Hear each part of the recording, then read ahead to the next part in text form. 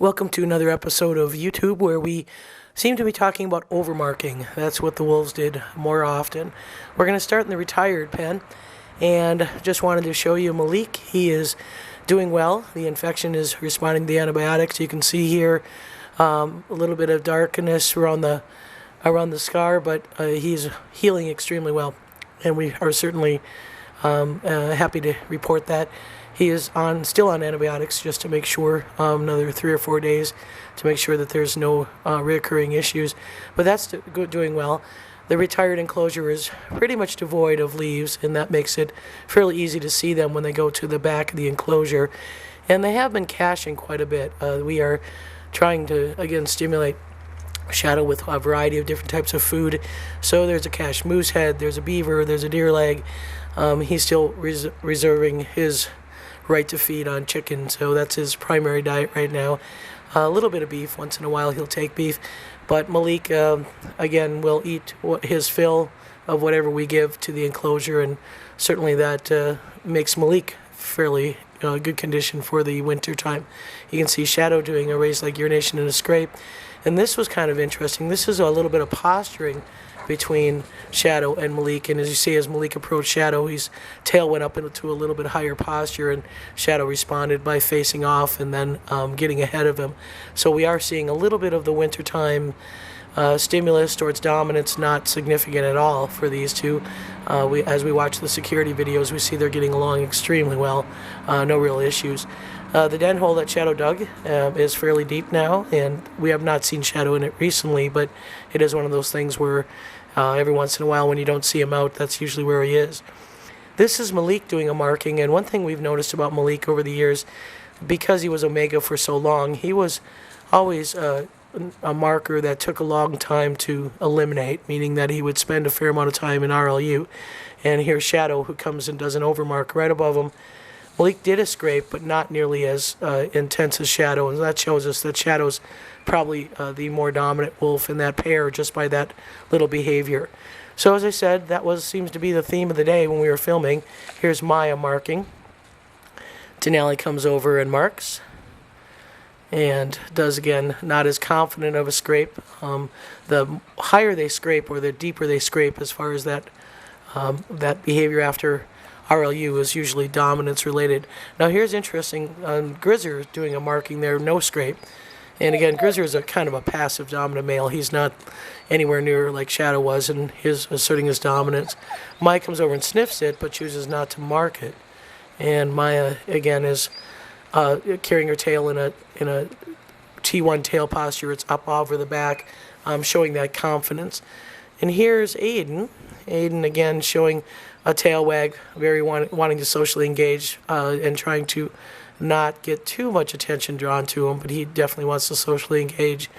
And he eventually comes and interacts with the camera. Well, actually the curator who's holding the camera. You'll see him come over and get his social engagement through staff, and that's something that we certainly encourage, for him to get as much staff contact as possible. But as he comes over to staff, that draws Maya's attention to the situation. Maya's going to then mark. Not sure if she was marking the staff person, but this was right next to where the filming occurred.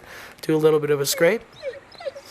And Aidan marks over that spot. Then Maya decides Aidan's not high enough ranking to really mark, so she's going to mark over. And this is why it's called an overmark behavior. Typically what happens is dominants will overmark subordinates. So if you have something like Denali marking over, that means Denali's feeling confident and he wants to be more dominant. And again, Aidan doesn't mark over again. So there's a lot of communication that goes on there. And as we said, Grizzer is a dominant male who's using a lot of eye contact and a lot of posturing to be able to assert his position. You're seeing him standing tall over on the den, making some assessments of where Denali is located, drops his head a little bit, perks his ears forward, and then decides to come down and engage in a little bit of following behavior for Denali. And again, that's got Denali a little bit nervous, but it's not anything that we're concerned about. You can see Denali's just kind of running with a little bit of panic. Maya marking again on the same rock. And Denali doing a little bit of a threat display there. But what's interesting, like I said, for the Aidan as the Omega, for him to mark is a show of some confidence of his behavior, even though you see a little intimidation there. He is very much engaged in this pack. It's always hard to watch the Omega who's getting some dominance and, feeling bad for him. But again, somebody's got to be on the bottom, and it just happens to be Aidan. Probably Aidan because of his behavior of being a little more timid. If a wolf is going to be targeted, it's typically the one that's going to run away, the one that's showing timidness, the one who's tucking his tail, who's showing fear. Fear is considered negative and considered a weakness, and wolves will typically target that fear. And Aidan does some interesting behaviors here to Maya. Again, social engagement, four-leg stabbing is a way that he wants to let her know that he wants to interact. And while he's jaw sparring here with Denali, he's going to let Maya know that he wants to socially engage with her. That's a subordinate type of behavior. It can also be a testing behavior, so you have to be cautious of the context you interpret that behavior.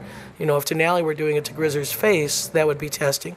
But the fact that Aidan's doing it to Maya's shoulder, again, that's probably just an indication that he wants to engage with her and he wants to be near her. The whole time you're seeing very strong social tail wags. And that's what we look for.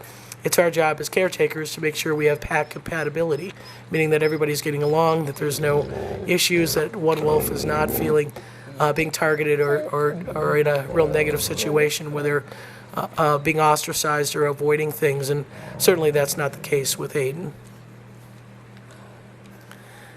And Grizzer's doing what we call stand proud up on the rock. It's just a term we use for a wolf who's feeling very confident, presenting themselves, standing with a very tall posture, observing the activities of the pack. And as we saw with Maya and Grizzer, when they were 2-year-olds, they still had a very strong pup relationship, meaning a litter bond relationship, and we see that with Aidan and Denali. Maya's got a little bit of a scar here on her head, most likely from Aidan, and we just thought we'd throw some still images in here showing what some of the activities are for the pack.